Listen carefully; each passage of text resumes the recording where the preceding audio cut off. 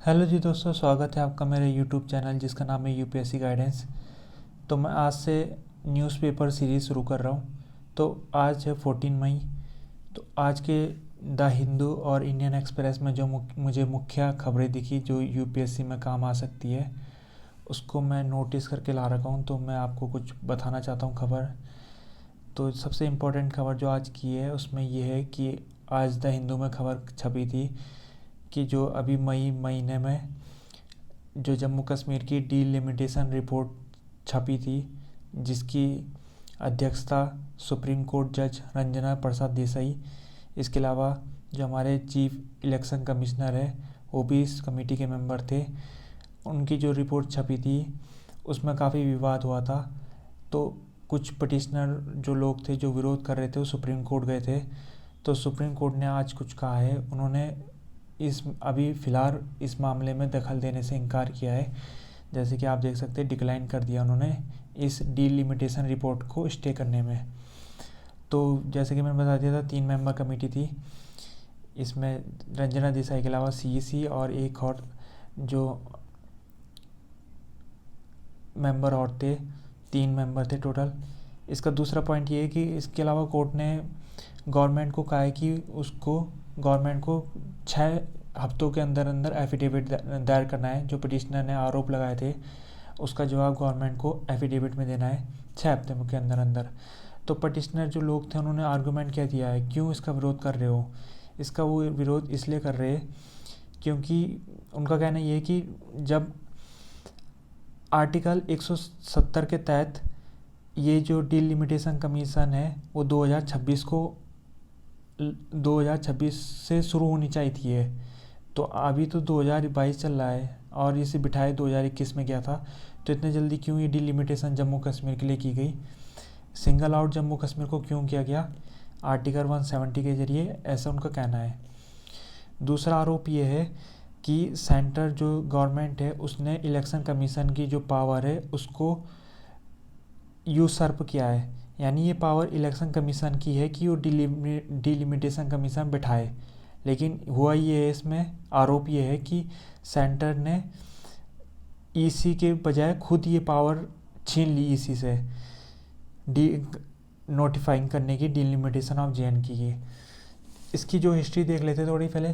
First notification मार्च 6 2020 को दी थी सरकार द्वारा, जिसमें सरकार ने कहा था कि हम डीलिमिटेशन कमीशन बिठाएंगे जम्मू कश्मीर, आसाम, अरुणाचल प्रदेश, मणिपुर, नागालैंड में। लेकिन इसके बाद फिर अगले साल मार्च 3 2021 में सरकार ने केवल इन 6 जो राज्य आए, 5 मतलब, उसमें 5 में से 4 को हटा दिया, केवल जम्मू कश्मीर को ही कहा कि इसमें हम डीलिमिटेशन कमीशन बिठाएंगे। तो पिटिशनर ये भी आरोप लगा रहे कि इन चारों को क्यों हटाया आपने, जम्मू कश्मीरी को क्यों शामिल किया। जब आपने पहले नोटिफिकेशन में कहा था कि हम 5 में लागू करेंगे, तो आपने जम्मू कश्मीर को क्यों अलग करा फिर से। इसके अलावा ये आरोप भी उनका कि लास्ट डिलिमिटेशन कमीशन जो 2002 में बिठाई गई थी उसमें ये कहा गया था कि हम 1971 के तहत ही आगे जो भी डिलिमिटेशन कमीशन होगी 1971 की जो सेंसस था, पॉपुलेशन सेंसस, आबादी जैसे कह सकते हैं, उसके आधार पर ही सीटें का बंटवारा होगा। यानी सीटों को फ्रीज कर दिया गया था। इस डिलिमिटेशन कमीशन की रिपोर्ट में सीटों को बढ़ाया गया जम्मू कश्मीर की। जम्मू में 7 सीटें बढ़ाई गई है और कश्मीर में 1 सीटें बढ़ाई गई है। जबकि 2002 में फैसला ये लिया गया था कि हम 1971 के तहत रखेंगे। यानी तो ये सीटें बढ़ाई क्यों गई है, ये आरोप है। जबकि ऐसा करना गलत है 2002 के डिलिमिटेशन कमीशन के हिसाब से। अगर सीटें बढ़ाना भी चाहती है सरकार तो उसे कॉन्स्टिट्यूशनल अमेंडमेंट करना पड़ेगा, ऐसा भी आरोप है। जबकि कोई कॉन्स्टिट्यूशनल अमेंडमेंट नहीं हुआ, एकदम से सीट बढ़ाने की यहाँ पर ड्राफ्ट प्रपोजल दिए गए। ये अभी ध्यान देने की बात है कि ये केवल अभी रिपोर्ट दी गई है, इसे अभी पालन नहीं किया गया है। तो क्योंकि इसका ड्राफ्ट छप चुका है तो ये पब्लिक में आ चुका है, तो कई लोग इससे नाराज़ है। कई लोग कह रहे हैं कि ये जम्मू कश्मीर का जो डेमोग्राफिक है उसे चेंज करने की कोशिश की गई है। जो जम्मू की सीटें बढ़ाई गई है और कश्मीर की सीटें उतनी थोड़ी सी बढ़ाई गई है, एक ही सीट बढ़ाई गई है, तो इसका विरोध करने के लिए की गई है। ये सब चीज़ें हो रही है। तो ये कुछ इम्पॉर्टेंट पॉइंट है जो यूपीएससी के एग्ज़ाम में आ सकते हैं। तो ये डिलिमिटेशन कमीशन वगैरह ये इम्पोर्टेंट है।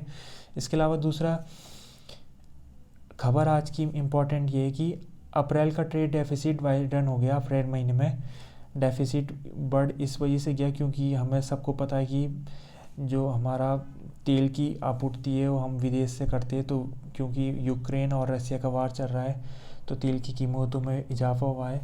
तो 2021 में जो हम तेल की इंपोर्ट करते थे वो 10.7 बिलियन यूएस डॉलर था, जो कि 2022 में बढ़ के 20.2 बिलियन डॉलर हो गया। मतलब एक साल में दुगना हो गया। तो इसका फ़र्क पड़ा है और हमारा जो ट्रेड डेफिसिट है यानी जो व्यापार घाटा है वो बढ़ गया है। जो हमारा व्यापार घाटा है वो पिछले महीने हमारा व्यापार घाटा 18.5 बिलियन था, तो जो इस महीने अप्रैल में 20.11 बिलियन हो गया। ये अप्रैल महीने का आंकड़ा है।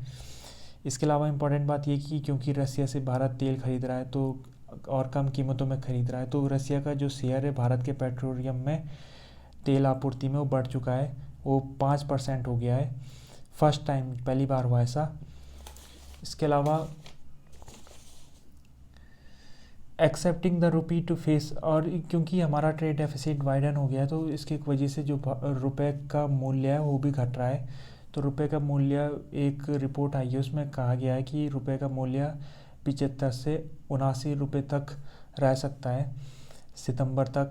तो रुपए अभी और काफ़ी घट सकता है क्योंकि ये जो तेल की कीमत है इनकी विदेश में, क्योंकि रसिया यूक्रेन का वार चलता जा रहा है तो और ज़्यादा महंगा हो सकती है चीज़ें। इसके अलावा वर्सनिंग जो हमारा करंट अकाउंट डेफिसिट है वो भी वाइडन हो सकता है, बढ़ सकता है। जो हमारी मॉनेटरी पॉलिसी है वो भी, उसका जो रेट है वो बढ़ता जा रहा है। अभी जो बैठक हुई थी आरबीआई की उसमें 40 बेसिस पॉइंट हमारा इंटरेस्ट रेट बढ़ा दिया गया है। तो टाइटर मॉनेटरी पॉलिसी होगी। इसके अलावा इमर्जिंग मार्केट में जो डेवलप कंट्री के बिजनेसेस पैसा लगाते थे वो पैसा भी अब कम लगाएंगे क्योंकि हमारी जो इकोनॉमी है जब उसमें डिप्रेशन शुरू हो जाता है और उसमें दबाव पड़ने लग जाता है, इन्फ्लेशन होने लग जाता है, तो उसमें पैसा भी लोग कम लगाते बाहर से।